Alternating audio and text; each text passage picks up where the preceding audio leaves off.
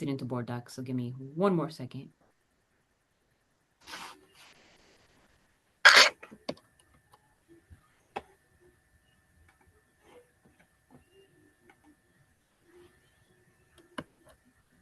Copy.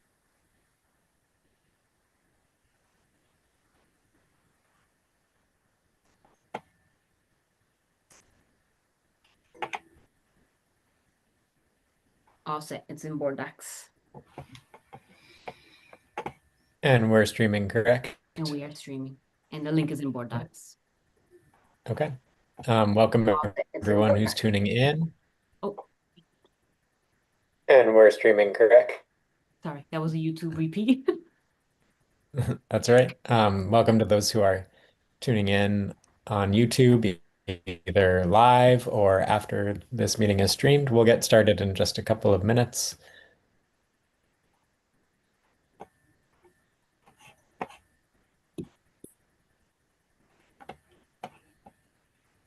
Oh, I don't have my binder. We are packing up, as you can see. Actually, maybe is one of the announcements, by the way, that we'll be at Buckley. We could add that starting Monday. Starting Monday? Starting Monday. Wow. Yeah.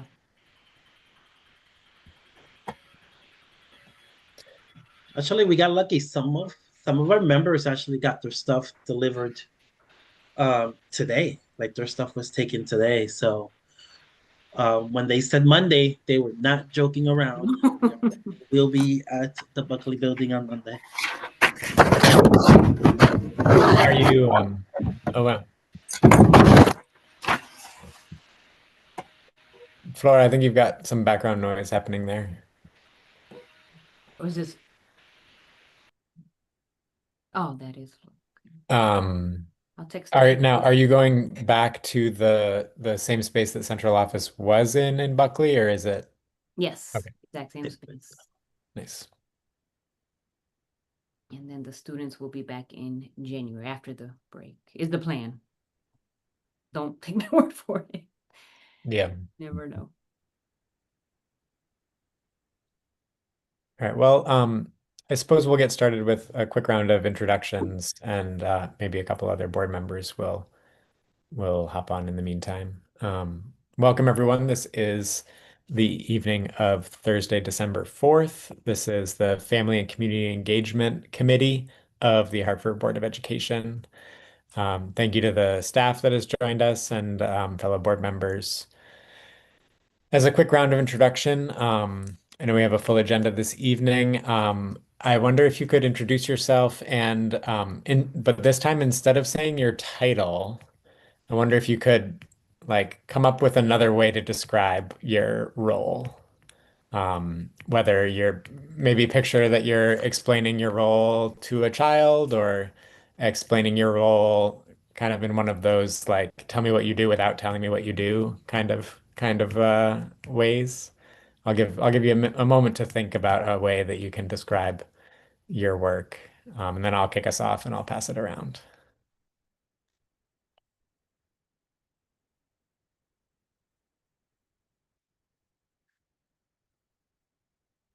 All right, so my name is Stephen Tatum. I am a member of the board, which means that I work with other people to help kind of set a big picture idea of what our school system does and how it works. And is there anyone who feels ready to give this a try? Jose Colon, I think I saw you come off mute, or great, a hand from Dr. Kate Doherty. Go ahead. My kids ask me all the time what I do, so I have this down. They're 8 and 10. So I say there's two things I do. I help families find the best fit for their student for a school, and I support principals in their work. Nice. If you could pass it off to another person, we'll keep it going from there. Laura, you're next on my screen. Thank you. My name is Flor de Hoyos. I help people, and And I also kind of mediate cases, right, between parties.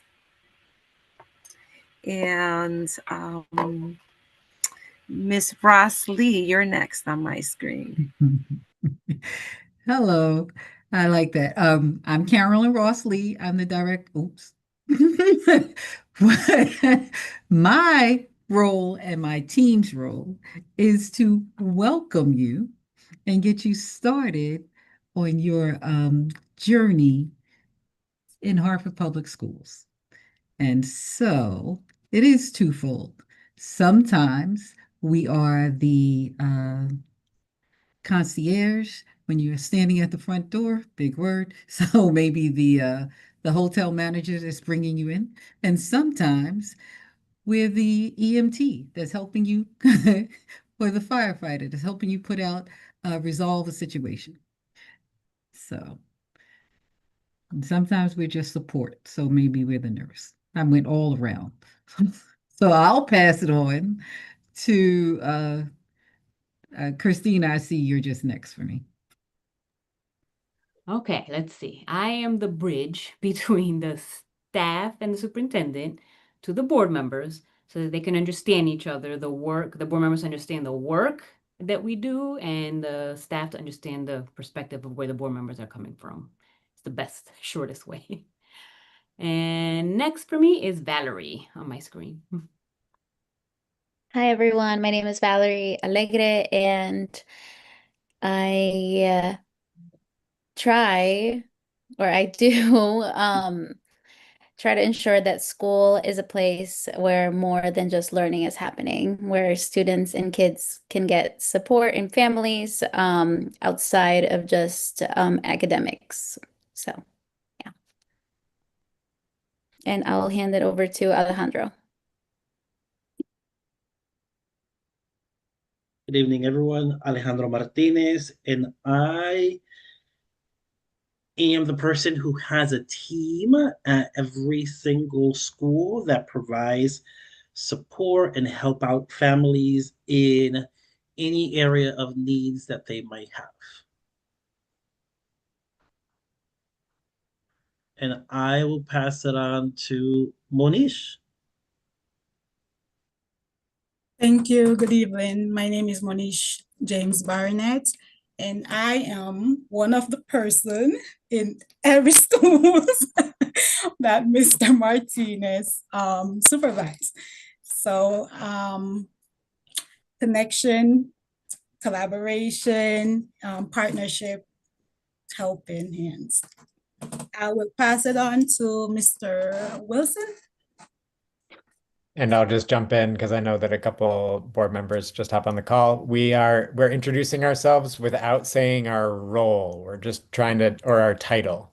We're just trying to describe our role, almost as if we were explaining maybe to a child or to, someone who didn't know anything about these titles or these jobs, but we just are describing what we're doing.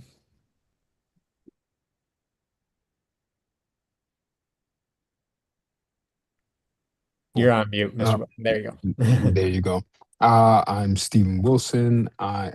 Describe it as if you were describing it to a child. Stephen Wilson. I sit on. Are we saying that we're on the board? Like what are we? So I'm on the board. Yeah, I'm on the board.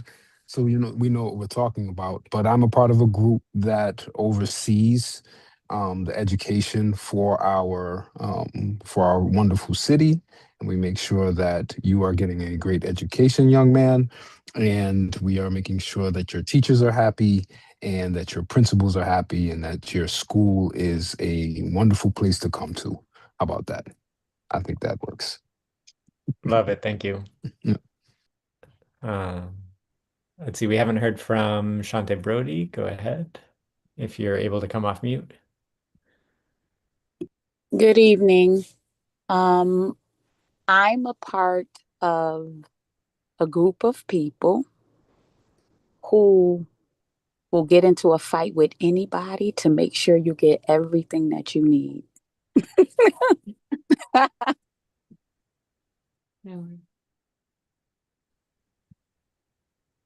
Well said. Either Krista Estrada Perez or Jose Colon. I think those are the last two that we haven't heard from. I can go. Great.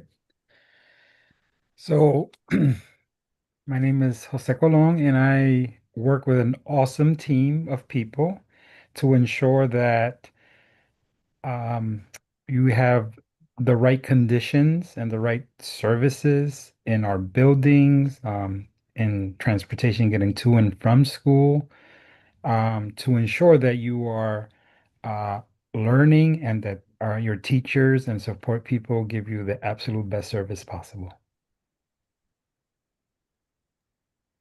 Thank you, Jose. I can go next. I'm gonna try to work my camera situation out, but I am here. Krista Estrada Perez, you can call me Chris.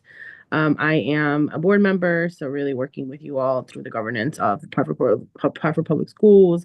Really excited to be in this role, and a chair of the Legislative Action Task Force. A longtime resident of Hartford, graduate of Hartford Neighborhood Schools, and really sitting from the board member's perspective, figuring out how we all govern and sort of move this together. And excited to hear on your presentations today and everything that you all have to share and have been working on.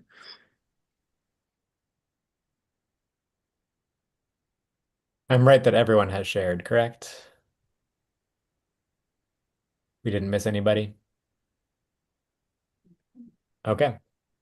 Thank you all for sharing. I love highlights about how much we are each parts of a team and how much collaboration and working together there is in each of our roles, and how much of us are really keeping students at the center of our work and families.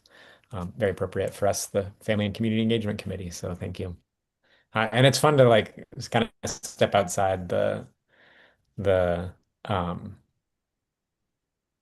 kind of automaticness of the title that we always repeat to every people and like kind of get at what it actually means and what we actually do. So thank you for indulging me. With that, I know we have a full agenda tonight, so actually, Christina, would you mind sharing like the overview of the agenda? Is that possible? I know there's a presentation that will guide us through, but we've got some updates on upcoming events. And then we'll have an update from the Office of Enrollment and School Choice, going to Title I and FCSSP School Spotlight. Thank you for joining us, for the guests who are here to present for that. An update from our partnerships and community schools, the work that different partner organizations are doing to support all kinds of learning in our schools. And then we'll conclude with the usual reports from the Welcome Center and the school governance councils. All right, turning it over first. I'm forgetting who I'm turning it over to. So if you could volunteer, it's you, Valerie. All right. Yeah, it's me. Hi, everyone. My name is Valerie Alegre. As you've heard, I'm the Partnerships and Community Schools Manager for the district, and I would like to give y'all some updates on ways that we can, that you can engage with Hartford Public Schools this season. Oh, Christina, your light just went off. Just tell me next. I know. Just tell me next slide. Perfect. So there are many ways that you can get involved with HPS this holiday season. I'll just name them here. We do have an HPS family matching program that we launched. So we put out a Google form. You can click it. I linked it on the slideshow. And if you click on the Google form, it will explain all the instructions. But basically, we are matching people that donate gift cards with families that are in need. And you can pick between like donating a $50, $100, $150 donation to a grocery store. So that way families have the flexibility to decide, how they want to spend these funds on food, since we know not all families have access to places where they can cook meals. Maybe it's something already prepared, might be more accessible. But if you like to contribute, it's a great way to support our families this season. So you can always click on that link and visit. There's also a Parent Square message that went out with all of this information that I'm sharing. We do have food pantries here at Hartford Public Schools, and the locations for the food pantries are also on the screen. We are requesting donations of non-perishable items to support these food pantries, and the drop-off locations are Burns Latino Academy, Buckley High School, Great Path Academy, HPHS, Milner, McDonough, MD Fox, and Weaver. We also have a holiday toy drive that's happening this weekend on Saturday. It is in partnership with Marvin Mink Radio at WQTQ. And we can head over to the next slide. The flyer for the toy drive is linked there as well. We're also requesting some donations for coats or winter accessories. As winter approaches, it's just important for us to have the resources available for our students that come in, either through Welcome Center or to the schools. So we're requesting new either hats, scarves, coats, and any donations can be dropped off at the HPS Welcome Center, which says 280 Trumbull, but we'll be at Buckley starting Monday. So we'll make sure to switch that in on Parent Square. The correct place, the correct location was there too, 300 Weathersfield Avenue. We also have Breakfast and Learn family sessions coming soon. Next one is in March. And these are just great opportunities for families to engage in learning sessions. You can connect with members of the community. You can also offer to host, present, or table at any future sessions. So that way you can share wonderful information from either your organization or other knowledge that you have with the families that come to this event. We can head to the next slide. And this is the last one.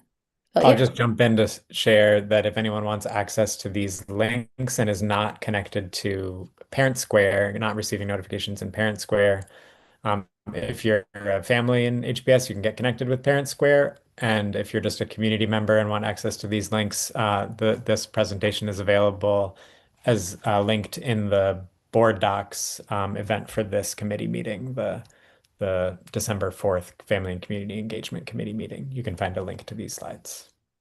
All right, Thank you you. for sharing it. Yeah, Go ahead. thank you for sharing that. There are two other ways that you can get involved with HPS, and is through becoming a mentor.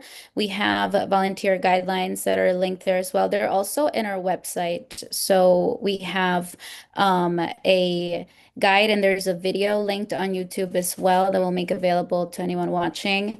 And the video is like podcast format, just walking you through all the steps that you can become a mentor or a volunteer with HPS. And of course, if you are an organization that would like to partner with us, there is an MOU process that we go through. So you would fill out the MOU application that's also linked on the website. I review them as I receive them.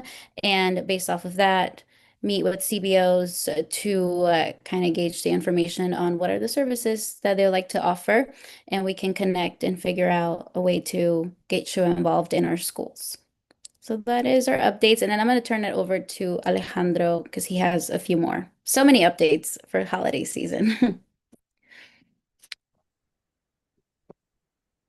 Thank you, Valerie. And updates for the month of December of events that we have, additional events we have coming up. Yesterday we had the SGC parent budget session for the 26, 26, 27 school year. So that happened yesterday at Breakthrough North. We had a total of 49 between parents, principals. We actually had some board members there as well, where our CFO and the superintendent spoke about where we are in the budget, about the kickoff in the budget season for the following school year. As Valerie did mention earlier, this Saturday, December 6th, it is the HPS Holiday Toy Drive with Mr. Mink with the radio station, and that drive will be happening from 9 to 2. So anyone that wants to stop by and donate a toy, a book, a gift card for our students, feel free. Our team will be there on December 9th, which is next week, Tuesday. It's our monthly parent caregiver engagement panel. Those are always virtual from 4:30 to 5:15. The guest speaker for this month will be Miss Tracy Avicoli, and they'll be talking to parents in regards to the new grading system at the high school level. That was the topic of discussion that they decided, that the parents themselves decided that they wanted to hear a little bit more during this parent caregiver session that we're having. On December 15th, we are having our monthly partners meeting that Valerie, Miss Alegre actually put those together on a monthly basis with all of our partners. That's happening at the Connecticut State College at Capitol from 11 to 12:30. And also our partners will be receiving the information in regards to the budget for the upcoming school year as well during that date. And then we're actually moving into January already, January 24th. It's the annual HPS Annual Educational Expo at Buckley High School from 10 to 1. And I'm pretty sure that my coworkers that are here from the Choice Department will be sharing some additional information on that later on in the presentation. And then I'm going to turn it over to you. In addition to that, as you all know, as well, before I forget, we have a link on the right-hand side bottom, our events for the month of December per zone, zone 1, 2, and 3, and 4. Those events are available for you all to have. And then I am going to turn it over to Board Member Tatum. Are there any questions or anyone have any additional upcoming events that they want to shout out?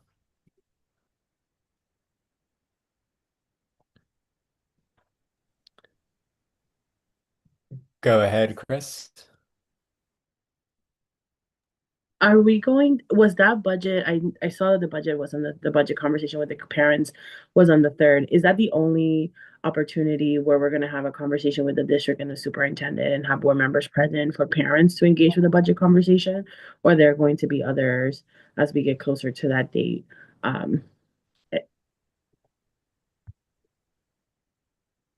I can answer that. So with the superintendent's office and the CFO's office, we're trying to give the kickoff, so the same information to partners, parents, community members all at once. That's why the one for the partners it's happening next week. This is just the beginning stages of the budget season. Obviously, as time goes on and the actual numbers start coming out, once schools start receiving their actual numbers, then we will, as we've done in previous years, we will have additional budget forums where parents are going to be available to provide their input, and we'll be able to share the CFO will be able to share any additional updates with us. So this was just the kickoff of potentially one of 3 at this particular moment. And so that was just the first one yesterday. Thank you. I figured that was the case, but I just wanted to make it clear for ourselves and also the viewers that there's going to be other opportunities as well as numbers come through and we have a deeper conversation. So I appreciate that clarity. No worries. Thank you.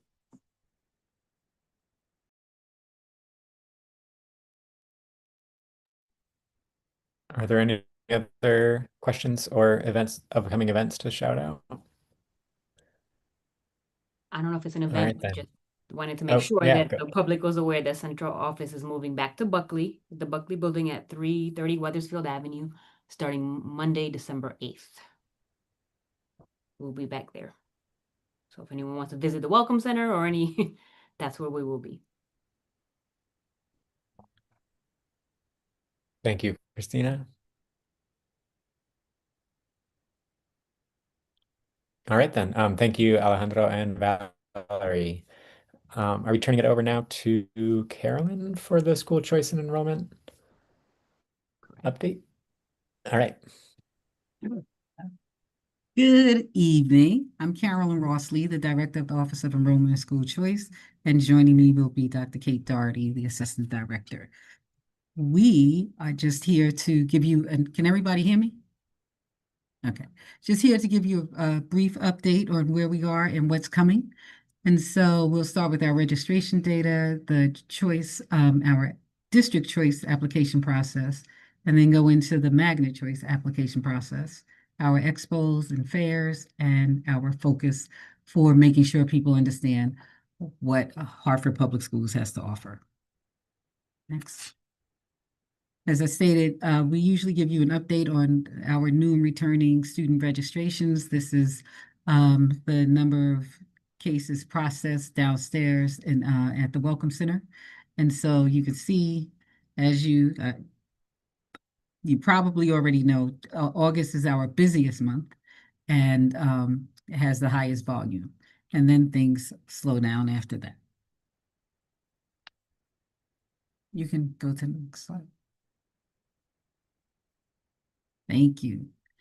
Wanted to talk about what's coming. So starting next month, just about a month, we will open our district choice application process, which is the opportunity for people in our neighborhood zones to choose. Let's say you attend Hartford High, but you want to attend Buckley. This is your opportunity to apply for a school outside of your zone or for a different school within your zone if you are like a K-5 school. And that marking opens on January 9th and it'll close April 10th. Our late application will open about 2 weeks later, around April 24th, and closes June 22nd.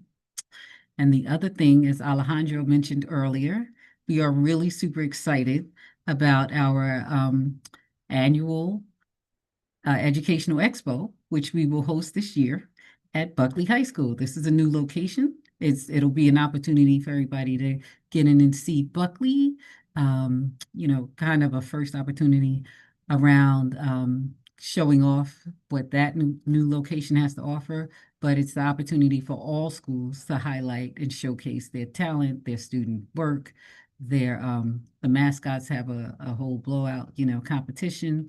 It's a good high energy event, and we hope that we will see you there.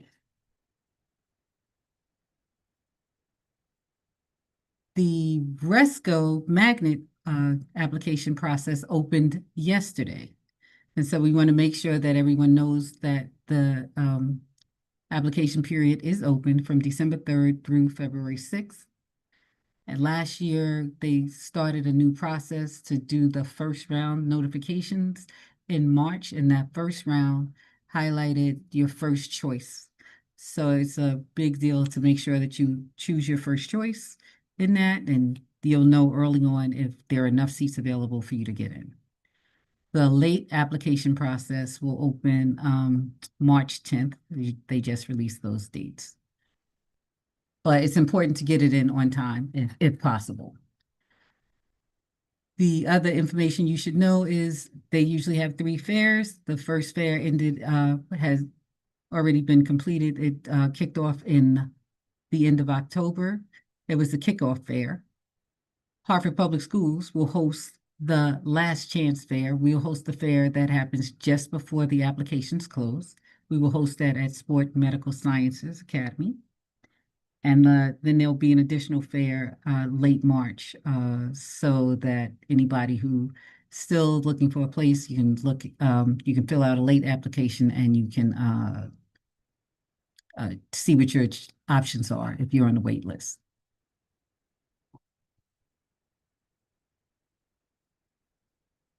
We're gonna just tell you a brief overview of what we are focused on. You may have heard the superintendent say that we want to bring as many students back to Hartford Public Schools as possible. And so that's going to be the focus of our campaign as you see it out and about.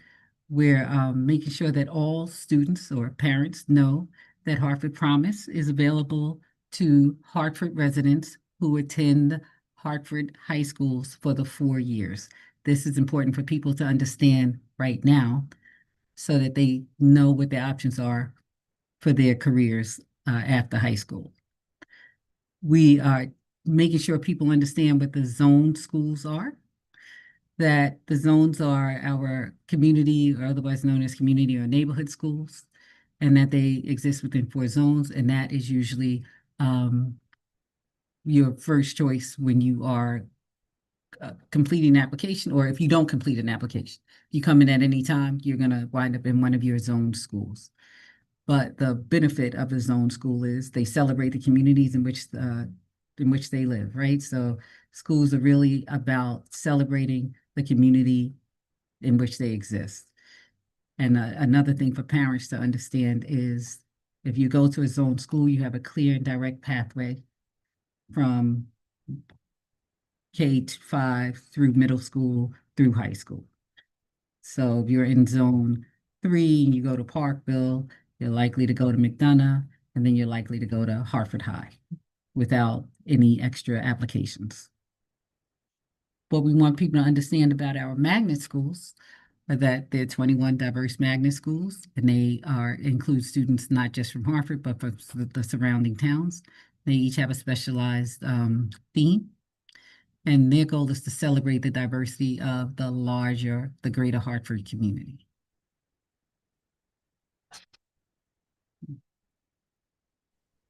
And I'm going to pass it over to Kate now so that she can tell you about our marketing plan and our campaign focus. Thanks, Carolyn. So our marketing plan is two-tiered, integrating both district level and school level outreach. We are currently working with Causeway Agency, and they've been supporting our print materials and our out of home. And I'm going to show you some of those visuals on the next slide. We also work with Adams and Knight, who's a marketing firm, and they're mainly in charge of our social media campaign. So they'll share content highlighting good news stories within our schools, as well as the application period and information. And we chiefly use Meta and Instagram. On the right-hand side, you see some of the school level outreach. So we like to support open houses and community events. So when schools are hosting a transition fair, we like to co-present with school counselors to help demystify the process from elementary to middle and middle to high school. Next slide, please. So here are some of sample assets. This year we've launched something called a transition flyer, and this replaces a transition postcard. So for many years, we've sent a postcard to students and their families, letting them know their school for next year. And this year, we're also providing a little bit more of a worksheet so students can understand their zone school and then have an opportunity to see what their other options are. So the middle school one is, it's time to plan your steps to middle school, and then the high school, it's time to step up to high school. Both these flyers are two-sided, and they highlight the Hartford Promise. Next slide. Every year we launch a magnet guide, and the highlights of this is it's organized by grade level, and it features the unique partnerships our magnets have, whether it's with a college or university, a business, internships, the things that really make them unique. And then the middle image is our promotional flyer, which will go out shortly to really drum up business for the Educational Expo, the 12th annual Educational Expo. And then the far right is our school selection guide. And this is known in the district as the SSG. And we see this as a quick reference guide, and it sort of helps everyone in our community to understand every school, which zone that school resides in, the address, the phone number, and the grade levels in which it serves. Within the SSG, there is a easy to read chart. And what that allows families to do is to see sort of that seamless transition, which Carolyn mentioned before, when families navigate from elementary, middle to high school. We're in the process of printing all these materials, and they'll be available at the expo, and we'll be sure to get them to Christina to make sure that our board members have them. Next slide. That is a summary of what we are planning and what's in the works. And so we hope that we will see you at our Education Expo on January 24th. That's it.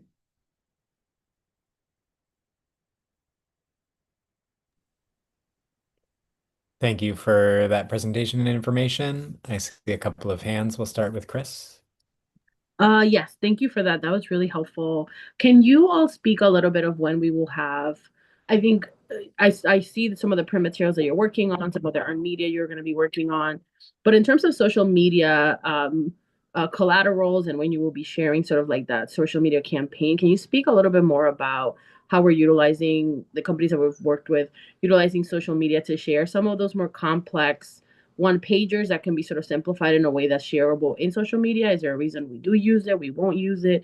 Will that be part of the campaign strategy in terms of outreach for our families, right? Like, I just wanted to have a better understanding. And and if that is going to be the case, when will we see that start to happen, particularly around really important deadlines, some of those explanations, some of those one pagers, some of those flyer invitation for events?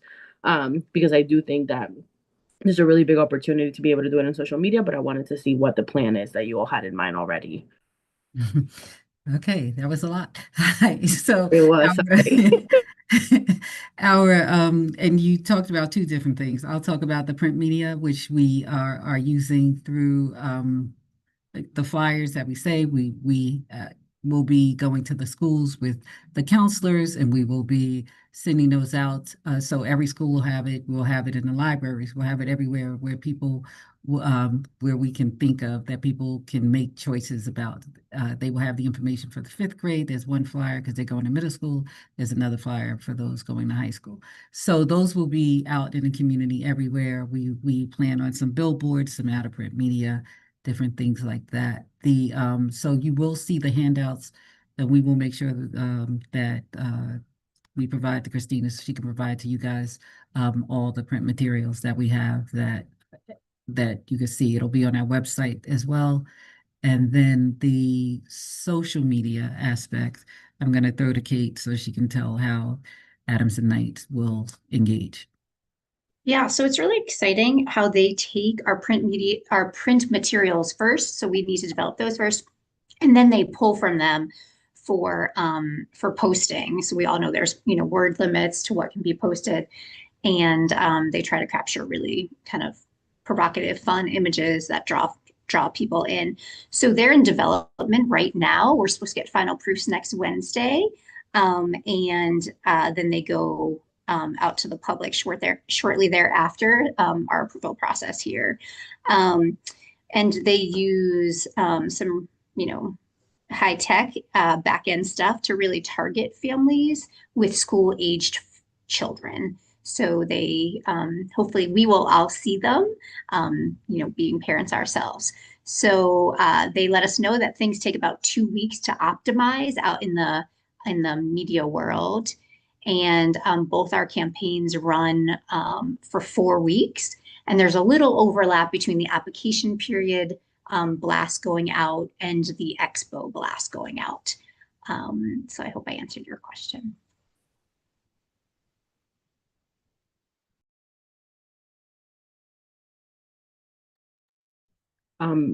Yes, sort of. I think my bigger question was really around, and I'll wait to see what those look like around the deadlines. Like, yes, making sure that those materials are like shared in a way that like the deadlines are there, that folks can see it. So I'm excited to see that breaking down, really using social media as an education tool beyond just the flyers and the one pagers. We'll have the print materials, but sometimes it's easier for parents, for folks, for community members to share the socials in a way. And I do know I'm geo-targeting, very familiar with how geo-targeting works in the back end. So definitely aware of that and how that operates. But just wanted to make sure that we were not missing an opportunity to use social media in a way that was helpful to share those broader print materials that sometimes can be, people will have access to them, but social media sometimes is easier to like share amongst folks. So I just wanted to name that. I appreciate your answer. We couldn't agree more. We know it's just the way in which people consume these days. So that's where we plan to get ahead of it all. And the schools will be using social media as well. Awesome. Thank you, everyone. Yeah, if I could just jump, could you say a little bit more about how like the schools themselves could be using social media, and if there's any collaboration with the communications department on this kind of stuff? They do collaborate with the communications. Each school has their own website and they work through just posting through their Facebook and different social medias.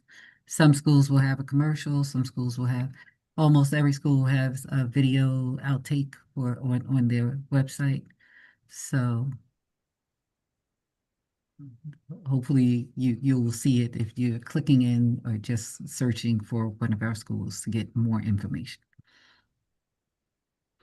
It just one thought that I would offer is it strikes me that like encouraging the school-based stuff and the more kind of like homegrown videos and content from schools, if that could include some of this like zone and pathway kind of language to build up an identity of like the schools that are in zone 1 or zone 4 or whatever, and how they kind of all feed into that.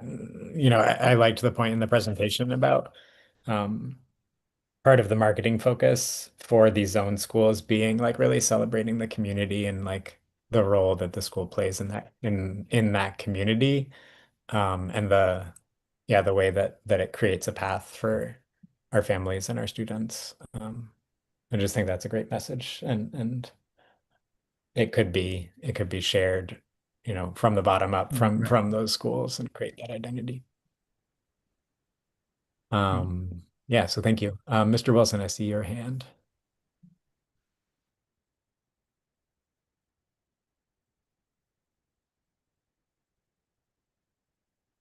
If you're speaking, you're still on mute. There you go. Okay. Yeah, you guys kind of covered some of the stuff that I wanted to talk about. I would just point out that I would emphasize sort of the cards. There's a lot of information on those cards, and if we could somehow pull some of the information sort of by zone out and specific to those schools, and kind of promote the next steps, or the high schools and stuff that are within those zones for our elementary schools. I think that's something that we should focus on. I would also ask that you said that the social media firm, they are using basically Facebook and Instagram. Not mistaken. It was Facebook and Instagram, right? Yeah, Right. that's That's correct. Facebook. Sorry, I was doing Yes. the head nod. Yes. Yeah. Yep. Okay. Sorry. Yeah, I wasn't looking. Okay. How are we? Is there a plan in terms of how to sort of track the engagement? I understand that there's a lot going on in the background, so that we're targeting, but making sure that it's actually working and not sort of at the end, but in the process of it. So that if we need to kind of change tactics to ensure that we're getting the proper engagement. With this plan, I would offer, if they have an option to use TikTok and YouTube, that we should take advantage of that as too, because a lot of parents are unfortunately they're on TikTok and they watch YouTube. And I know I see commercials for a lot of local things within all of these social media websites and so forth. So that would be good. And one last point, is there? We talked about the okay. You know what? Answer that, and I'll come back around. Is your question okay? I It's believe you're twofold. asking- It yeah. was one, is there an option to use TikTok and YouTube? And can we simplify, geez, it's late. We got you. Simplify the card, and possibly make it specific to sort of that school and the zones, that the pathways for the zone that school is in. Because I know sometimes parents may see a card like that and it has a lot of information on it, and it's sort of kind of, they might just toss it aside and not really go through it thoroughly, and look, and that information is very helpful for them, but then they go somewhere else to find it, not knowing that they have it there. So Right. So I'll start with the card, which is not a card anymore. It's a flyer. And Yep. so that flyer is actually starting with the schools with the grade levels that are really transitioning. the Okay. counselors are meeting with the students to help them figure out what their zone is and let them see all their options. I know right on the page in front of you, it looks very busy, but hmm it does give them what their zone option is and ask them if they know what their zone is. And it lets them see what the other choices are in terms of the zone. So they get to look at that. It provides them information to say, hey, if you're interested in this is your opportunity to apply. And then the flip side is the magnet choices. So their first choices are where they're going to go based on their zone if they do nothing. And then the other side is to tell them where they're going to go. It does look busy on the outside. We tested it with some students today, and they really enjoyed it, and the parents. But I Okay. do think it takes the time to you do have to stop. We are a very fast moving society and we don't always Right. stop. It does require to slow down and read. And you're right, that is a risk that we take with so much information on a page. So to answer that, to answer the question about TikTok and YouTube. So in past years, TikTok has been one of those controversial things, right? Yep. So don't use it. The state wasn't using it. Different marketing firms weren't using it. So I don't know. I think we would have to explore if that is something that we are open to doing now. But for Okay. right now, we don't use as a district. We are not on TikTok. Okay. YouTube. Uh, I'm not sure about YouTube, but Okay, I just something to think about. Not nothing really that needs to be answered now.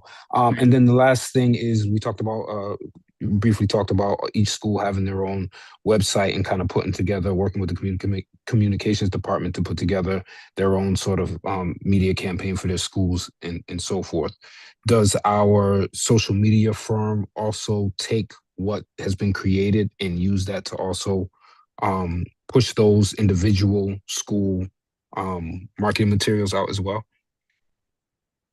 So our goal is to drive parents to the individual website, school site, so that then they can check that out and really explore what their options are before they complete an application. Because some people just complete an application, they heard of the name of the school, they know nothing about it, it's not really what they're interested in. Now they're in it and they don't even want to be there.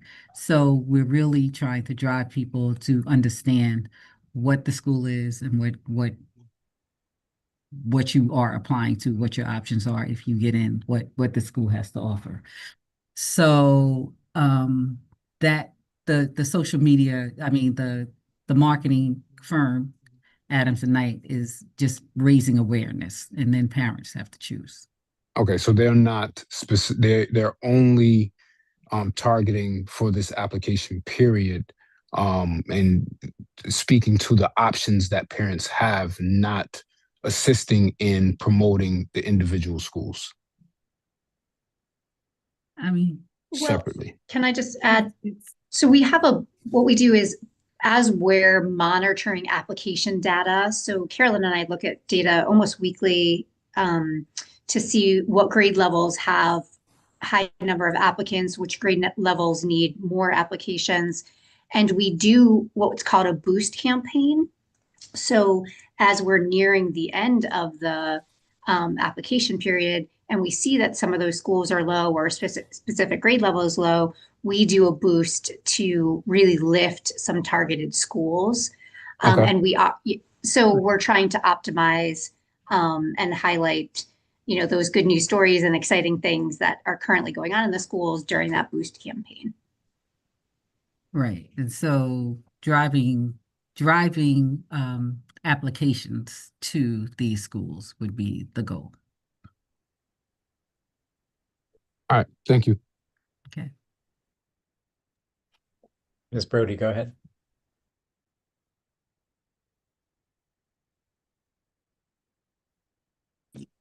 Sorry, trying to get away from my dog. So couple things. One question and one sort of a reminder, just hoping that we're aggressively always, like with the choice, that we're aggressively confirming that those who don't choose Hartford, that they are Hartford residents, those that we have to pay tuition to.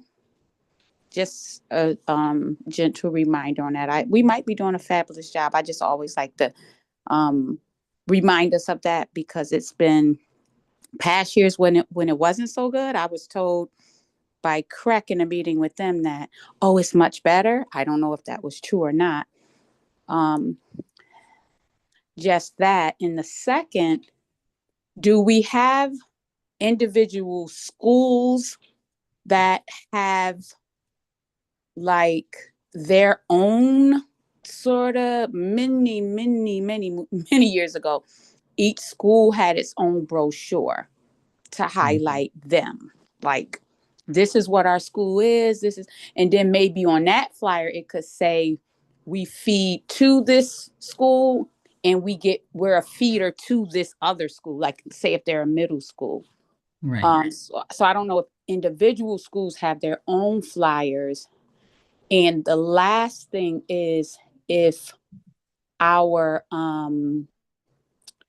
choice fairs, are our neighborhood schools still participating in the choice fairs? Thank you. I'll answer the last one first. So our magnet schools participate in the RESCO magnet fairs, and they are the ones that provide 3. Our neighborhood choice schools, our neighborhood schools, zoned schools, all participate in the Education Expo. And so that's the one place where everybody gets to come, magnet or not, and show off your school, your talents, your students, whatever you have to offer. And also it's a place where we highlight district opportunities. It's a recruitment opportunity for us as well. So hopefully that answers that question on the fair part. Your first question around making sure that we emphasize that Hartford has plenty of great schools. We are recognizing that we need to emphasize our Hartford residents choosing Hartford schools a little more. And so that's the whole theme of making sure that our SSG, that school selection guide, highlights that it's instead of just being informational like we have been in the past, we are promotional. We are promoting our schools. We're giving you more about what we have to offer. And really, that's our targeted focus right now. And also highlighting one of the great things about attending a Hartford school, again, for high school, for all 4 years, it's a requirement that you have to be a student for 4 years, is the Hartford Promise, that opportunity. Now that it's up to $100,000 if you are eligible. So those are the things that we're really emphasizing. And your middle question, I'm sorry, I didn't write it down, but I think it was I can jump in. Got it. Go ahead. So the idea about schools having individual brochures and highlighting their feeders. So they each have a school flyer highlighting, the after school clubs and the different opportunities, thematics, pedagogy. And we are really pushing the feeder schools to be highlighted. So what happens is the FC SSPs are working with the school counselors and our office to have presentations to the students in the transition grades, like the 5 and the 8. And they bring in the principals from the next level school to come in and say all the great things about their schools and get the kids' questions answered. So they really understand, what it will be like to be a student in that next grade or that next school. But we do remember the brochures, and we have been, we still have some around, and we are looking at, the opportunity to rebrand those. Some styles were really popular, and at all the fairs, the schools bring what they still have in existence, and parents really like that, because you can pick it up and walk away with it and know more about a school. So we are working on it. I hope that answers. Okay. Did we say, did I miss? Because I heard you say that the choice, like the magnet schools participate in a RESCO fair. Do we hold any fairs? So our educational expo is our district fair, technically. Okay. You know, so that's why we keep pumping that up.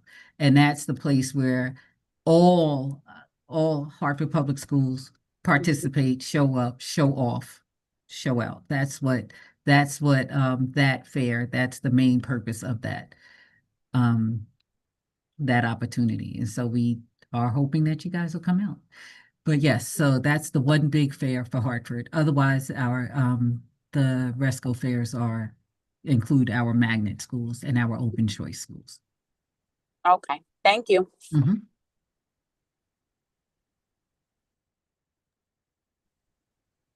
All right. Seeing no other questions, that's a lot of information that you shared with us, and we're all very interested in this season of campaign and of promotion. So thank you for the update. It's very timely, and we'll look forward to seeing you at the expo. Yay. Okay, thank you. Good night. All right. Good night. Yes, thank you. And now we'll turn it over to Alejandro Martinez. And I'm didn't write down your name, and your display name is just your email address, so it's hard to tell. But welcome. Thank you for bearing with us as we take a little time to get to your portion of the evening. Mr. Martinez, take it away. Sure. Good evening, everyone, and I'll be providing a Title I report this evening with you all. And we actually have, like we've been doing the last couple of months, we've been bringing in an FCSSP so that she can explain a little bit about her role, what she's doing in her building with our families. And her name is Ms. Monish James Baronet, and she's actually a split FCSSP. She's one of our full-time staff members. She's also 0.5 at Global and 0.5 at SMSA. So she's going to be able to share with us a little bit about how is it to be a split FCSSP within Hartford Public Schools. You can head over to the next slide, Christina. And so with this slide, as you can see, one of the things that I want to point out is that we started off the school year with a Title I parental engagement budget of $130,286.76. There was a revision done to the budget. So our actual budget is actually $118,936.48. This revision was actually done. I've been working on Title I now for at least a couple of years, and I noticed that two schools in particular received, at least in our documentation, were receiving additional funding, and I wasn't quite sure because it wasn't adding up to what you were receiving throughout the regular school year, which is the 1%. And once I pointed that out to our finance department, they actually made the changes to those. And if you all look at the full Title I report that I provided Christina, the two schools that were there that I found that little hiccup were Naylor and Naylor School and Christina, if you don't mind pulling it up, I have here Classical Magnet, but no, my apologies. It's not Classical Magnet. It is Naylor and Breakthrough Montessori. And so I noticed that Breakthrough Montessori had an original amount of $10,000.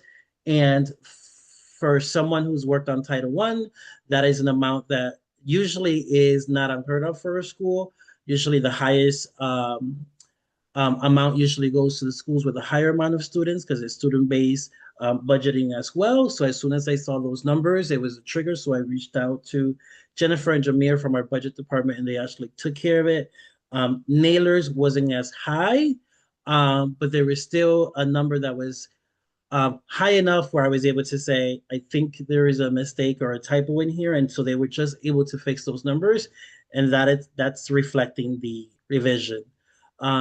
As of right now, as of November 26th, right before holiday break, we've encumbered $41,679.99, which leaves us with an available budget for the remainder of the school year, overall at each overall with $77,256.49. We have 26% of our funds, Title I parental engagement funds, have been encumbered. And then this is something that we've added. We obviously FCSSP submit monthly reports to our office, which I review. And so one of the things that we requested this year was Title I allocations. Usually the schools will send that over to the finance department, and I would have to go in on the back end and look at those with finance. This year we requested that information directly with the FCSSPs, which is very helpful from my end.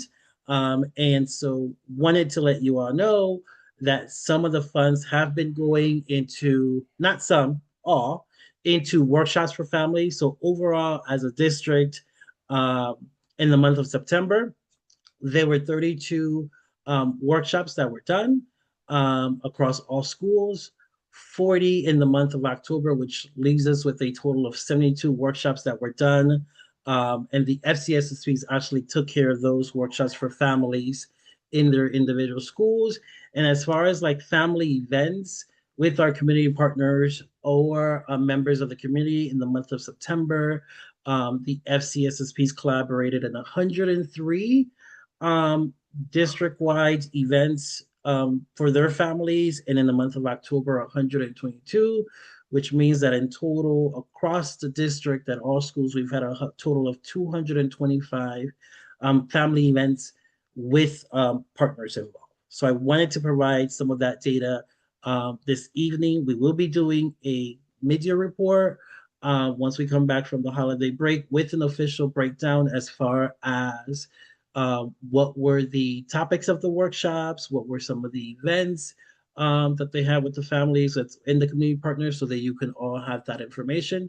That is something that we have not provided to the board members in the past, but we think that it's very useful for you all to have that information. At this moment, I'll take any questions on Title I before we move over to Ms. James.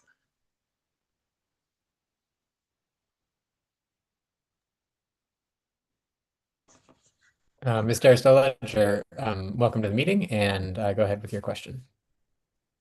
Thank you so much, and good evening, everyone. I don't really have a question. I just wanted to give Mr. Martinez a huge shout out for catching those funds that were, you know, those red flags. Thank you. You're welcome. Ms. Brody? Thank you. Thank you for the presentation. So encumbered, that doesn't necessarily mean that it's spent, just that maybe it's planned to be spent, right? So it is, and my apologies, it should really say, instead of being encumbered, it should be really said spent, board member Brody. So the $41,679.99, those are actually funds that have already been spent. So okay. I will make sure that I change the wording on that on the presentation. Because I was going to suggest, because sometimes it is encumbered, like it's planned, it's not spent yet. So if that's the case, if it could be like three things, unspent, encumbered, and actually spent, it would be helpful. Oh, sure. If that is ever the scenario. Okay. And I think in the and thank you for bringing that up. That's something that I know in the report that I submit to the board members, I do that breakdown, but I'll be more than happy to provide that information here for the next presentation as well. Thanks again. You're welcome. And now, if you are okay with the board member Tatum, I want to introduce our fabulous and amazing, someone that I can count on, that I have had no issues, an amazing FCSSP. Um, that last year, believe it or not, was actually an FCSSP at 4 different schools. So she is the amazing Miss Monish James Baronet, who once again is the FCSSP at Global and SMSA, and she's going to share with us a little bit about herself, what she does, and how is she managing now having 2 schools. Thank you, Mr. Martinez. Good evening, everyone. Again, my name is Monish James Barnett, FCSSP at Global and Sports Medical. So, some of the things that I do at my schools, and so last year, I'm sorry, I was at 4 schools, so I support more with attendance and, some workshops and family engagement. So this year is a little bit easier because I've been 2 schools, so I'm able to do a little bit more. So I have conversation with families and other partners and see the needs in the schools, and then plan workshop to help and support those families. Some of my workshop that I've done so far is a CPR training workshop and a safety workshop, mental health. We did some health and wellness. Also did some workshop on an event, it's like a sports medical science day, just to tie in the theme of the school. For sports medical science, we have providers from different area in the sports, the medical science aspect, that come to the school and share the information with the families. I do this cup of coffee to give the parents the opportunity to really come in the morning, because most of the workshop is in the evenings, so they could come to this cup of coffee to have conversation with the principal, myself, just talk about any situation that's going on, whatever resources that they may need, how can we help them, and just creating that welcomeness and that safe space for our families to know that they are welcome to be a part of anything that we do. So that's going well. The new event / workshop that we just tapped into this last month, which was so great. It is for families that have kids with special needs. So this was a collaboration with the social worker. It went well.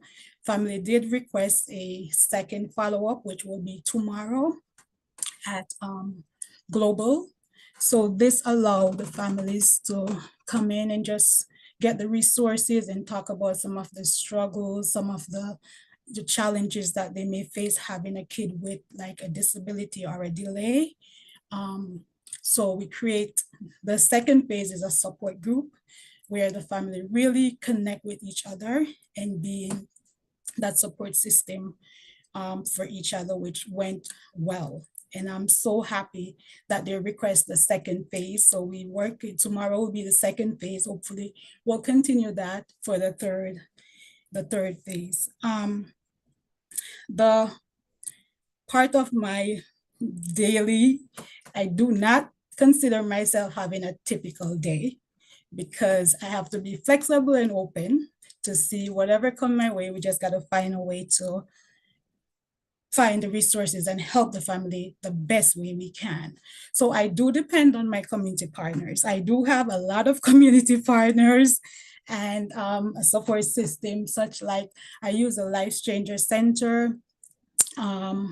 We have MoCare, which does the safety. We have Hartford Athletics, they do an amazing job, the Yard Goats. I do a lot of collaboration with them. So they, OPP, they also a big support group for us.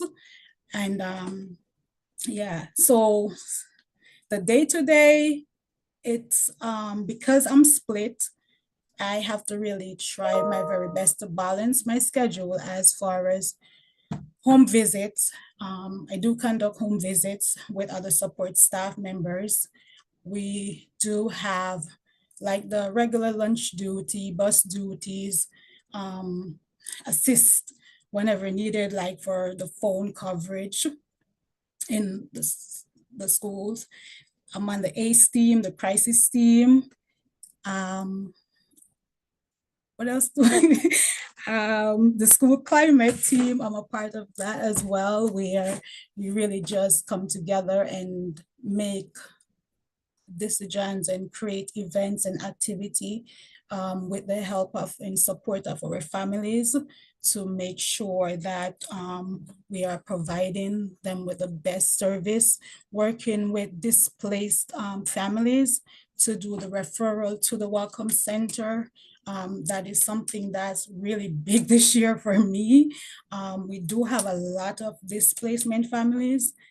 So yeah, we just try to tap into all of that. I do try my very best to go outside my daily work to community engagement so I can gather other resources to best help my family needs.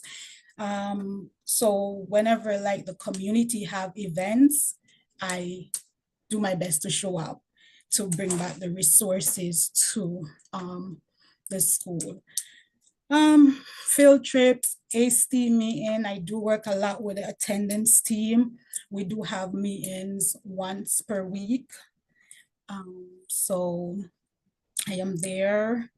The new part, because I'm in the high school setting, is to do more of the fairs, which I wasn't big on doing last year because it's more elementary school. So I'm getting out there to recruit, to help to promote my school more and get new families in, which so far I really enjoy and I like it, the way it's going. We do have a lot of tours scheduled for sports medical science that's coming up. And just to see that, you know, families do want to learn more about our schools and be a part of our school. We do have amazing SGCs at both of my schools that's established in our PTO. So I am just there as the go-to person, if you may say, and whatever it is that I can do to help my families. I try my very best. It's never a no for me. It's always, I'll get back to you. And I do follow up with my families to make sure that whatever the needs are, it is being met. Thank you. Thank you so much for sharing a little bit of the lot of work that you are doing across multiple sites. Yeah. It's definitely inspiring to hear about and helpful for us to hear some of your perspective of what it's like to bridge those gaps and meet those needs in creative ways and by leveraging the community resources that you have. So just thank you so much for the role that you're playing. Thank you. Are there any questions for Ms. James? I see you, Chris. Go ahead. I have a lot of questions today. Sorry, y'all. Well, I'll start with a big thank you, right? Like, it is not lost on any of us, I think, but I'll speak for myself on me, the amount of work that goes into doing that for 2 different sites, also going into the high school and figuring out what, like, how to adapt to the high school and what the high schoolers need and the families in those situations. So I really appreciate that, and this also speaks to the level of the work that you all are doing, right, for the district that goes far beyond just academics, which I think it's really important that we highlight as we're talking about. I mean, I would argue it's all academic, right? But when we think about the academics, right, the learning environment, you need all of these other things to be in a way so that you can actually engage meaningfully in that way. I guess the only question that I have, and I think we've covered this before, but I wanted to highlight it because I know it's something that's happening, is what are the kinds of displacements that you're seeing? Like, what are some of the causes of the displacements that you are seeing with our families? We have some ideas that some of them are fire, some of them might be like unsafe housing conditions. But if you can just speak from your personal experience of what you've seen, I think it really helps us shine a light on what's happening at the city level.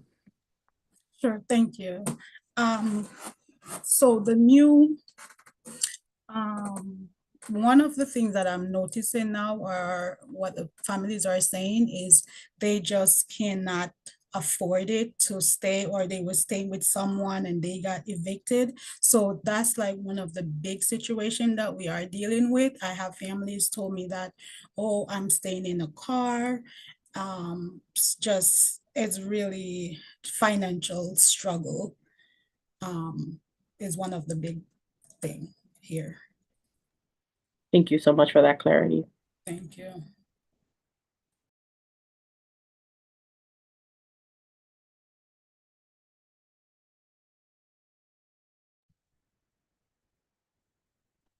If there are any other questions, happy to take them. If not, just know from the board a tremendous thank you for the work that you're doing, and thank you to Mr. Martinez for inviting you to come present for us. Thank you for hanging on here for over an hour and, and listening to what we're up to. And I hope you enjoy the rest of your evening. Thank you so much. Have a good one, everyone. Thank you. I'll kick it back over to you, Mr. Martinez, if there's more, or are we on to the next item? Yeah, the next item is yes, my SGC report. This is also a reminder for any viewers that are joining us for the first time. We have our SGCs, and our SGCs are a committed group of people that consist of parents, teachers, community members, and students at the high school level, and the school administrators that work together in making important decision makings on the academic success of all students. And as you can all see based on this chart, there are the 14 members consist of 7 parents, 5 teachers, and 2 community leaders elected by the parents and teachers during the first SGC meeting. As I mentioned earlier, the 2 students at the high school level. Christina, next slide. And so my updates for this month, from the October report to this November report, we went from 21 schools in October having their full SGC members to 23. And I have to say that at this time last year, we actually were at just 15 schools that were at full SGC members. So compare this data to the data from last year, we're up 8 schools, which is great to have to see that the hard work that the FCSSPs, principals, teachers, everyone's doing to ensure that we have a full SGC in every single school. It's working. As far as parental membership with the parents, compared to last month, we have 206 parents. Now we have 232, and that is up also from last year, which at this time of the year, we only had 212. So we have 20 additional parents this year at this particular time than what we had last year. Teacher membership, in the month of October, we had 166. That slightly went over to 172, which is actually higher than what we had last year. Last year at this time, we had 157 teachers. And the community partners, between October and November, we stayed the same as 67, but that actually increased slightly from 64 from last year, which shows that everyone's working together at the school level, at the district level. I know that we've had conversations with, I've had conversations with principals, FCSSPs, the EDs, to ensure that all schools and the process is actually followed, to ensure that we have a full SGC at every single school. One of the things that I have to say, we have 23 schools in full membership. 11 of our schools have between 9 and 13 members. 4 of our schools have between 8 and 1 member. And I'm happy to say that we have no schools with pending elections. Every single school at least have had the initial election already. I actually want to give a shout out to the two schools, the two additional schools that have full membership, which is Classical Magnet and Parkville. So a shout out to that school administrator, FCSSUs and partners there. We actually had some increases as well in other schools. So I want to make sure that I shout out those schools as well. So obviously Classical and Parkville, but we actually had an increase in membership at Milner, Renzulli Academy, Annie Fisher STEM, and HMTCA. I wanted to point that out as well. I'm currently working with our communications, Deb Zimmerman, in regards to the SGC dates that we receive from school administrators. Principals directly email me those dates, so we're trying to put all the, and that was just due right before Thanksgiving break. That was the deadline that the administrators had to submit. Deb and I are working on two things. One, a master list to send over to all of you so that you all know when those dates are, with the times, the location, if they're in Zoom or if they're in person. In addition to that, we're going to be working so that those dates are posted on our website as well, so that the public has that information as well. And that is my SGC update. Thank you very much. Before any questions, I also just want to thank you for a great event at the budget last night that I know was kind of marketed for SGCs and SGC members in some ways, or at least those people were well represented there. I think SGCs will play a very important role in budgetary decisions and like spreading the word about the budget situation that Hartford Public Schools is in. So it's great to see that we're getting increasing numbers there and hoping for a lot of engagement through the budget process, which is one of their crucial responsibilities. Yes, thank you. Mr. Wilson, I see that you have your. Thank you. You guys have done a great job. So I just want to echo those sentiments. Whatever you currently have right now in terms of the schedules that you do have for some of the SGCs, if you wouldn't mind, just go ahead and sending those over. I'd like to start the process of kind of making sure that all of our SGC meetings are attended by board members. So, you can send what you have now to make sure we don't miss any meetings, and you can send a full list later if that's all right. Yeah, I'll work on that. Give me a couple. I'm gonna be honest. Give me a couple of days. I made the mistake of not actually, when we sent it out in our Friday focus, and not adding a link to have one master document. So I had principals email me directly. And so depending on the school administrator, right? Some of them just send me an email back with the dates and the information. Some of them were fancier than others. They created a whole flyer with the events for the entire district, right? So some of them were showing off a little bit.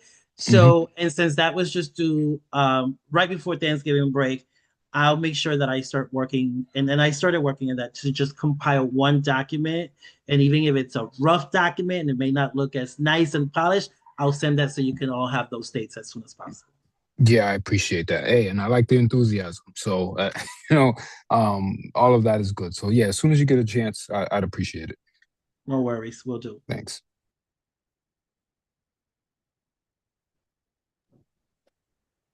All right, thank you, Mr. Martinez. We'll move on in the interest of time to an update on our partnerships. Yes. Hi, everyone, again. I'm here to just give you an update on our partnerships, where we stand with MOUs. So we can go to the next slide. So our current partnership portfolio consists of 32 unique CBOs that are strategically aligned across 5 core areas of student need. And this is actually up from the beginning of the year. When we started, like day one of the school year, we had 24 MOUs. So this has increased, and it keeps going up as partners submit the MOU request form. Again, like I explained a little bit earlier, I just meet with them and try to figure out what are the services that they offer. And then sometimes they come in with a school in mind that they want to support. And sometimes they just say, like, what do you have in mind? Like, what are the areas of need? And that's where I connect them to the schools.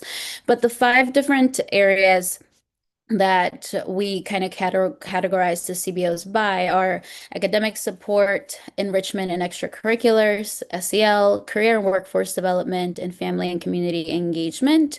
And that just kind of helps us identify what is the type of programming that the CBO offers. And there might be CBOs that have multiple different levels of programming, so they may fall under different categories depending on how many services they provide to the school. And linked on this slideshow is the list of the 32 CBOs that currently have an MOU with us.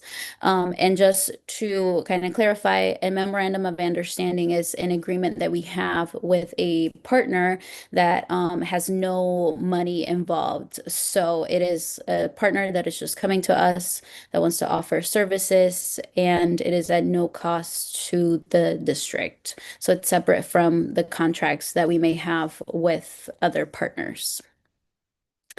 And we can head over to the next slide. So along with this, with all the partnerships that we have, it's very important for us to connect with the schools, the principals, see how is programming going. We have 8 different community schools that are full service community schools, and as part of that, and across the whole district, we do site visits twice a year, and they happen in October and in March. And when we finish the March ones, that's when I give you the full report on how the site visits went. But I do want to point out some key takeaways from the fall visits. And the fall visits were very short, kind of just level setting on what are the goals for the school year, since CBO programming starts in October and that's when the site visits take place. So it's only like a week or 2 that the CBOs have to kind of settle into the school and start programming. So while meeting with the principals, the partners also attend these meetings. Alejandro attends as well because the FCSSPs are present. There's a component. Principals fill out a questionnaire, a survey, to gather pulse on how is programming going, how are we fulfilling the different areas of the community schools model, and engaging not only CBOs, students, families, but also the community as a whole. And some key takeaways from these meetings that we had that went over that survey was that there is a lot of strength in the collaborative leadership and authentic family engagement. So all stakeholders in the school are truly working together to make sure that there is representation across team meetings happening, like the school leadership team meetings. There's representation from FCSSPs, principals, teachers. Some schools have different team meetings and where they pull different staff, but it's a really strong performance area that truly just emphasizes how critical it is to make sure that school leadership is being a true partner with CBOs and their staff, and that families are also included, that in order to allow for the school to thrive. There's also the different core elements of the community school framework, including powerful learning, planning, and integrated health supports.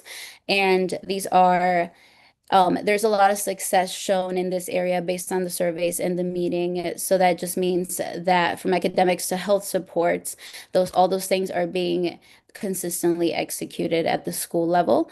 And there's also areas not of weakness, but of a place where we can work towards. So for example, the service identified that there is room for growth when it comes to fortifying school infrastructure, expanding authentic community engagement, and establishing long-term sustainability plans.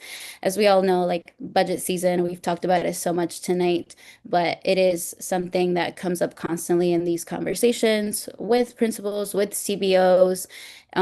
They just kind of have expressed that it's difficult to plan long-term with uncertainty with regards to funding, not only coming from HPS, but truly like through their own organizations. A lot of the CBOs who provide services to our schools that come with their own grants and funding. They've also been hit hard through the different things that have been happening, like government-wise. So that is a big concern. But as Alejandro stated, that we will be having our partners community budget forum in December 15th. I'm blanking on the day, Alejandro, but I think that that's correct. On December 15th. It's on a Monday. And that's when the partners will hear the information from the district and they'll get to ask questions. So hopefully that gives them a little bit more insight as to what our plans are. Next slide, please. And I just have some data. So we collect data through Transact, and Transact is a platform that CBOs use to input information regarding how many students they're servicing, how many different programs they have, and we put them into the buckets that I showed before. So Korean workforce development, SEL, academic support, enrichment, and extracurriculars. In Transact, at this moment, we have 1,871 students that are logged into CBO programming activities, and the STING students is lower, 1,345, because there might be students that are enrolled in multiple CBO programming. So they might be like in a soccer program on Tuesday, Thursdays, and then they might be going for after school homework help on Monday, Wednesdays. So that's why the distinct number of students is a little bit less. But we have data to prove and show that students that attend CBO programming have an increase in attendance days. So as you can see at the bottom right chart, so students that are not in CBO programming, so are not involved in any community-based organization programming, they only have an increase so far this year in 0.8 days.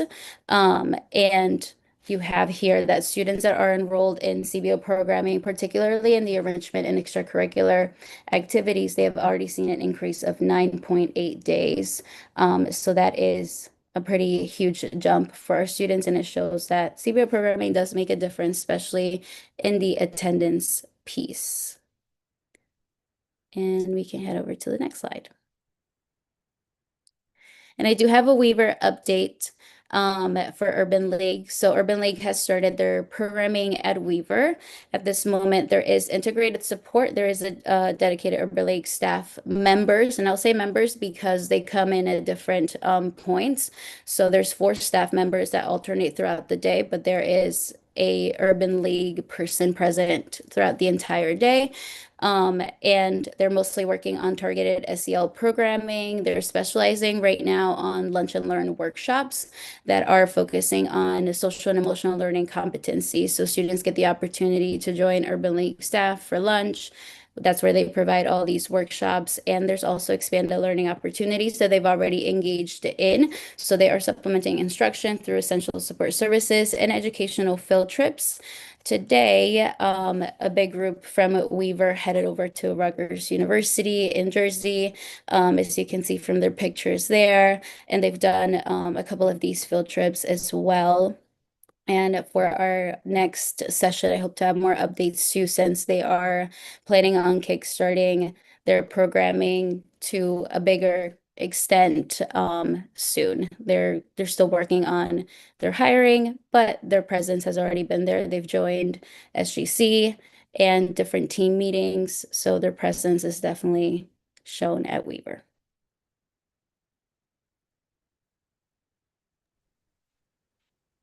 Thank you for that overview. I know that we're pushing beyond our time here, but just one clarifying question from me, and then I'll open it up. You mentioned that there's a distinction between the community-based organizations that we contract with and through monetary contracts, and then these MOUs that are non-monetary. The data that you presented just now, for example, does that include students who participate in both types of Yes. programming, the ones that we pay for and the ones that we do not? Yes. I will say that the data is not showing all the students being tracked for all programs, because There are, depending on the organization, a lot of these organizations that are bigger in size, they have people dedicated to pull the data from their systems and track it. But because of the budget issues that have been happening and CBOs having to cut their funding as well, sometimes the first person to go is their data person. So we have a data person on our team, Jacob Cornish, and he's been working very hard to meet with the CBOs to figure out and pull the data for them so that way we can track it. So it reflects as best as we can what we have, but just know that the impact of the CBOs is actually much larger since we are not tracking every single programming that's happening, even though that's our goal and that's currently like what we're truly working towards. And Jacob is doing a wonderful job. He's our data analyst, and he meets with them to figure out, well, what do you have? How can we pull it and put it into our systems to show the true impact across the board? But that does include MOUs, so non-funded by us, and contracts that are done either at the school level or district level. Okay. And do you know off the top of your head, you said that there are 32 community-based organizations. Yes. How many of those are contracted versus MOU?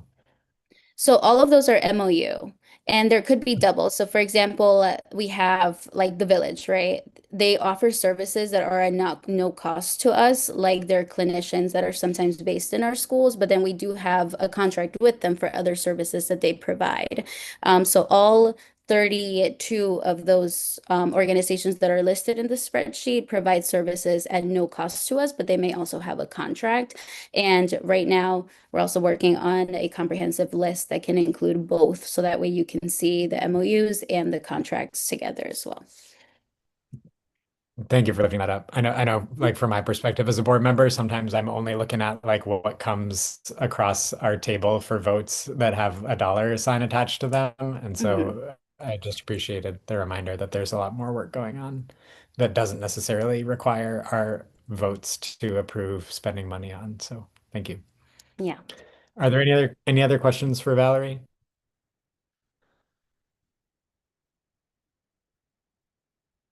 All right, seeing none, thank you very much again for sharing the information. We'll look forward to reviewing more. Thank you. All right, I know, Flora, you've been hanging on for a little while here, and I know that it's getting late. Feel free to be as succinct as you like through this Yeah. report, knowing that we have the full report attached in board docs for our review as well. But please lift up any highlights that you would like to share with us. That's exactly what I will do. Good evening, everyone. My name is Flor de Hoyos. I am the Welcome Center Director, and you do have the report. So I just like to go over highlights and then answer any questions you may have. For the month of October, we had 751 intakes. We added this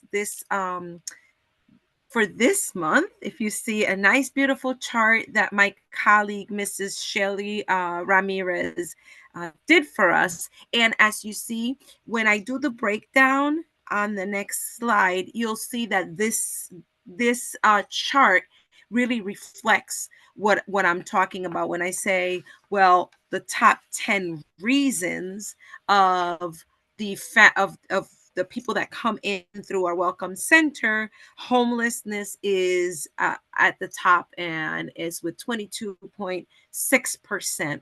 Uniform assistance is second, and then this is divided in percentages. But if we look at like homelessness, there's 171 intakes, families that came in to ask for support. Transportation is the third one. The fourth one is clothing. Fifth one is uniform for McKinney-Vento specifically. So we track both the homeless uniform and then just regular school uniform. And the hygiene kits goes next. Bus passes, transportation is always a biggie for us. Bullying intakes, and then principal and staff. Next page, please. Here you see the difference from last year in October to this year. Last year we had 664 intake, this year 751. The top three schools, and I just went over the in terms of engagement services, displaced families, uniform, and transportation, and I just gave you a list of the 10. But the top three schools that the families come to get assistance is Parkville, Wish, and West Middle. I'll mention the other two, which was Sanchez and MD Fox. Middle school was Milner, MLK, Kennelly, Global, and McDonald were the other two. High school was Weaver, Hartford Public High, Buckley, HMTCA, and Gray Path. And then there are other schools from out of districts and new students and from New Vision as well that are in there. And as you see to the right-hand side, we have a little link that you can click on, and all of the reports are there. So if you don't have them at the fingertips, you can always click on that and see that. And for this month, we would like to highlight the donation, and we have Miss Shelimar Ramirez. She is our Welcome Center coordinator, who is going to be presenting the year-to-date donation. Miss Shelimar, please take it away. Good evening, everyone. My name is Shelimar Ramirez. I am the Welcome Center Coordinator for Hartford Public Schools. It is my pleasure to present tonight to you guys a year-to-date donations breakdown report. So this school year, the Office of Strategic Partnerships and Fund Development has once again been humbled by the generosity of our partners and community members. Based on their kindness, we've been able to support and uplift Hartford Public Schools families in meaningful and lasting ways. There's been multiple donations, whether big or small donations. We just want to highlight a few of the community partners and their contributions. United Way provided us staff appreciation bags that were distributed to Hartford Public Schools employees, teachers. Goodwill supported us with the back to school event. They donated to us book bag filled school supplies, and also they provide us with a monetary donation to cover food expenses at the event. Autumn Transportation also provided support to us, providing transportation to families to be able to attend the back to school event. Also, they donated book bags filled with school supplies, and they also covered arts and crafts activities that were provided to our students at our back to school event. Hartford Foundation for Public Giving donated backpacks with school supplies, and also they covered the expenses for a photographer for the back to school event. The Hartford Parking Authority, they offer free parking for families that attended our back to school event. The International We Love You Foundation provided winter coats for students at West Middle School. That was recently. Also, this school year, we had a big donation from two unions that collaborate. The Hartford Education Support Personnel, in collaboration with the Hartford Principals and Supervisors Association, they donated gift cards to the Welcome Centers for families that are in need. We're still distributing some of those gift cards.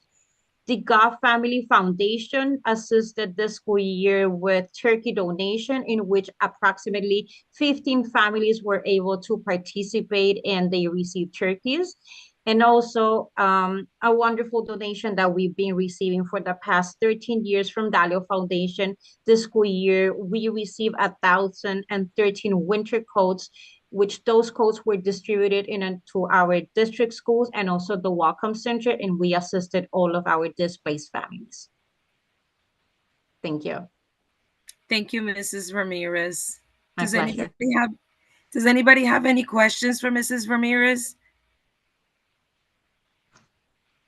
And I got to tell you, she keeps a close tab on these things. Trust me.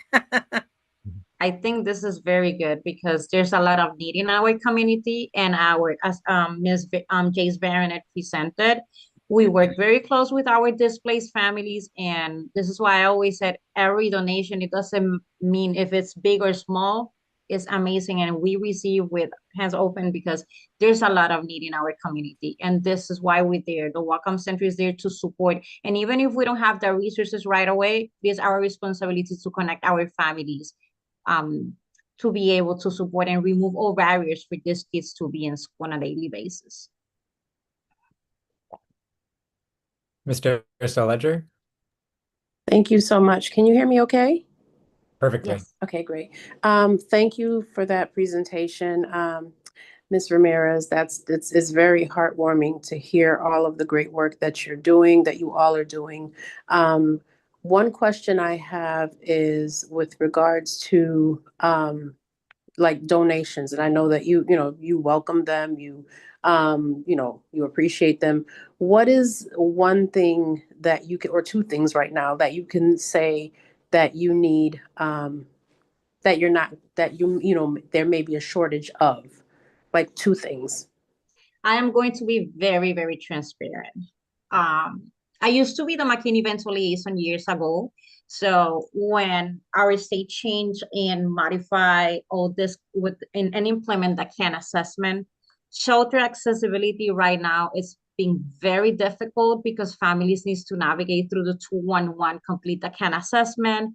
Right now, something that through our regular McKinney Vento funding we cannot provide is hotel accommodations for our families. Okay.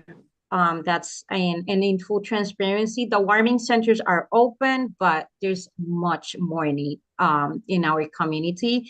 The shelters, the family shelters especially, are full to capacity. The funding that we receive from the state grant doesn't allow us to cover those expenses. So that's something that definitely we should take into consideration. That's one, and then a second one will be if we have any families that are in need, like for example, they are currently working, but they are struggling, making sure that they are making their payments on time, like any financial support that we can provide. And I know that we have different organizations and also 211, but sometimes the wait time that they have to wait to receive the funding, like Right. for example, we had a family a few weeks ago that they received a shutdown mail from CNG. They already applied through CRT. They contact 211, and there was no assistance. They were on a wait list. So obviously, it's very difficult as a school system to cover and to support the families in those capacities. But there's a lot of need in our community. You know, when it comes to uniforms, the Welcome Center assists the student with the uniform assistance. As you see, this is why when I do the reports, I like to track how many assistance we provide for McKinney Vento families and also regular. And regular means some parents are working, but uniforms are expensive, you know, Right. and it's difficult. We also provide assistance at the Welcome Center. We have underwear, we have hygiene kits. Yeah. You don't see how happy are those families when we assist them with a hygiene kit, Mhm. especially the little kids. Yeah. Thank you for that. And I have one follow-up question, if I may. I'm going to ask it anyway, but Yes, please go ahead. Please go ahead. So a question that I have is, do you have some type of almost like a giving tree or something where you can adopt a family? Like, do you have, if you don't, I would highly encourage that, because it can be very, it's easier to tackle it by a branch or a leaf or something, as opposed to seeing the huge, the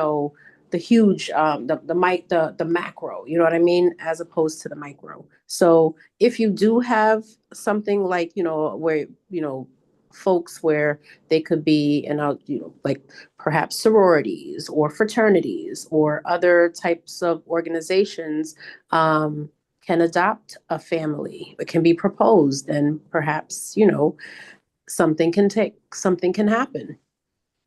So I'm going to be very honest with you. Right now, the only one that I have that it's been supporting us for the past 4 years is the UPenn resident doctors. And for the past 4 years, they've been adopting a family during Christmas. Okay. This year they already reach out, so we identify. I usually refer the family, the biggest family that is under McKinney-Vento. This year we refer a family of 7. It's a single mother with 6 children. Wow. Okay. Yes. Wow.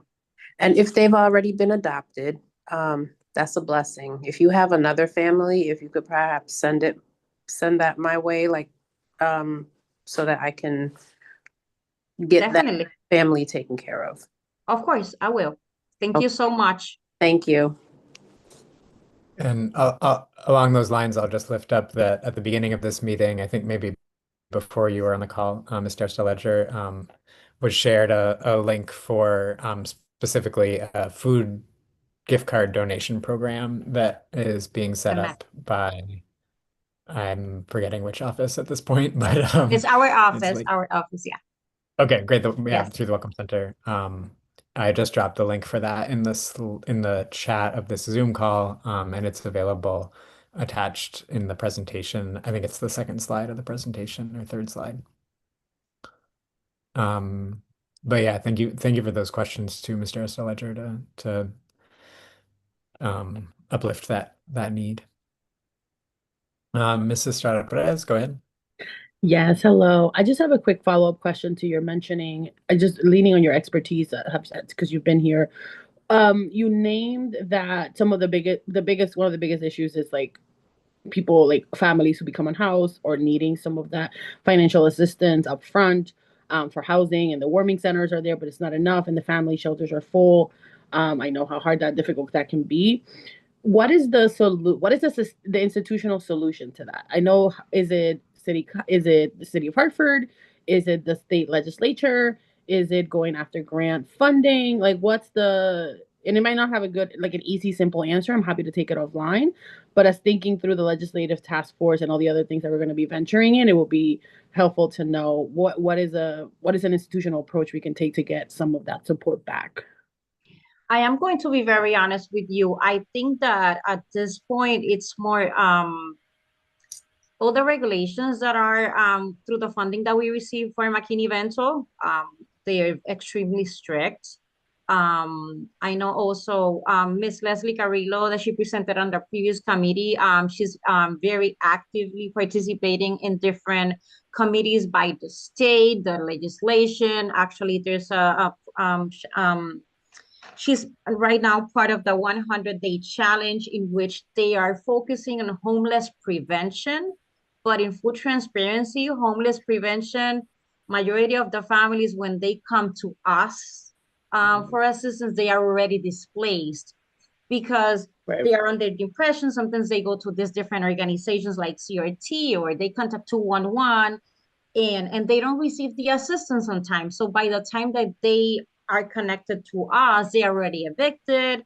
And it's very difficult because even though the 211 can provide the first month unsecurity deposited, there's a lot of landlords right now in Hartford, and not only in Hartford, in the state of Connecticut, that they don't want to rent any apartments to family with eviction records. So it's been very difficult because we have a lot of families right now with first month unsecurity deposit approved, but they are not able to find apartments. We have families even with Section 8 that can find apartments because the apartments doesn't pass inspection in the city of Hartford. So it's a lot of things together, that are putting a lot of barriers for our families to be stable right now. Mrs. Estrada Perez, I'll add to what Ms. Ramirez said. It's a systemic problem. Yeah. And it is across not only the state, across the nation, but across our state. When they switched the systems to go into 211, it just made it a lot more challenging. Whereas before, we would pick up the phone and call our favorite people at this shelter and that shelter, and we would beg them. And sometimes we would hop the families in our cars and take them there, and they would take our families. Now this is a 211 system, and sometimes parents spend an hour or two on hold just waiting to be heard, and then they have to go through an assessment, and then they have to go, and so there's so many layers. So where they already have a barrier, it's almost like I feel like we're kicking people when they're down. And so it's a systems problem. And I think at this level it's policy, and we need to go with the state to see how they can change those policies. Okay.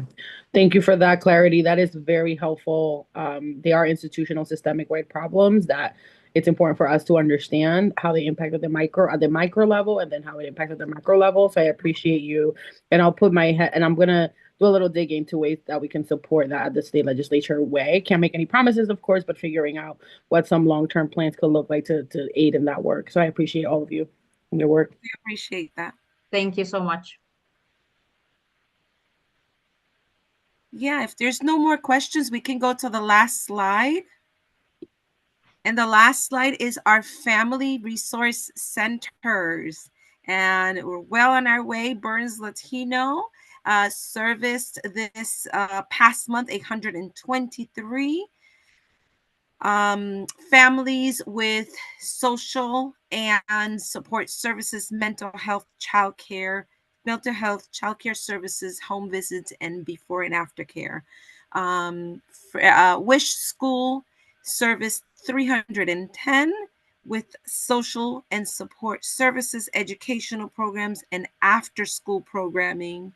Rawson, 333, same social and support services, housing, playground, and families in training. Sand, 355, social and support services and other referrals. And Sanchez, 165, with aftercare services, social connections, school age activities, families and training, and preschool. And that's all I have. All right. Thank you very much. I am, leaving this meeting grateful to hear about all of the hard work that's being done to create the best experiences for our families and our students as possible. And also like feeling pretty down about the very real challenges that folks are facing. Frustrated that, we live in a society that seems to, have allowed a quarter of the reasons why families are calling their school district for assistance is for homelessness, like one of the most kind of intense and extreme. It always is staggering to me that is a quarter of the calls, 1 in 4.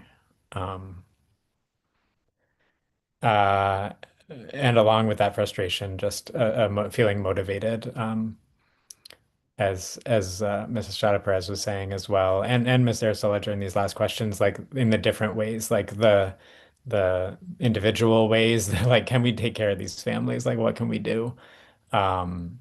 Adopt a family kind of programs. I'll be sharing around the family matching program once I look into it a little bit more and understand how it works. And then also the broader systemic ways that we can try to build a better society together, because that's clearly what will help our students more than anything else. I'd like to add with that, one last thing, please, just really quickly, please. To Mrs. Strada Perez. The other big challenge that I see is the undocumented families. When they become displaced, if their name is not on that lease or in that apartment, there is no help for them. Yeah. None. They're completely out in the street. So that's a huge systemic problem. Thank you so much. That's a really good insight to have. And I made a note of that as well. Appreciate that. Thank you. I don't want to hold anybody up. Yes, 2 hours later, thank you all for your attention and patience with our questions and the work that you're doing day in and day out. Anything to add, Alejandro? I saw you unmuted.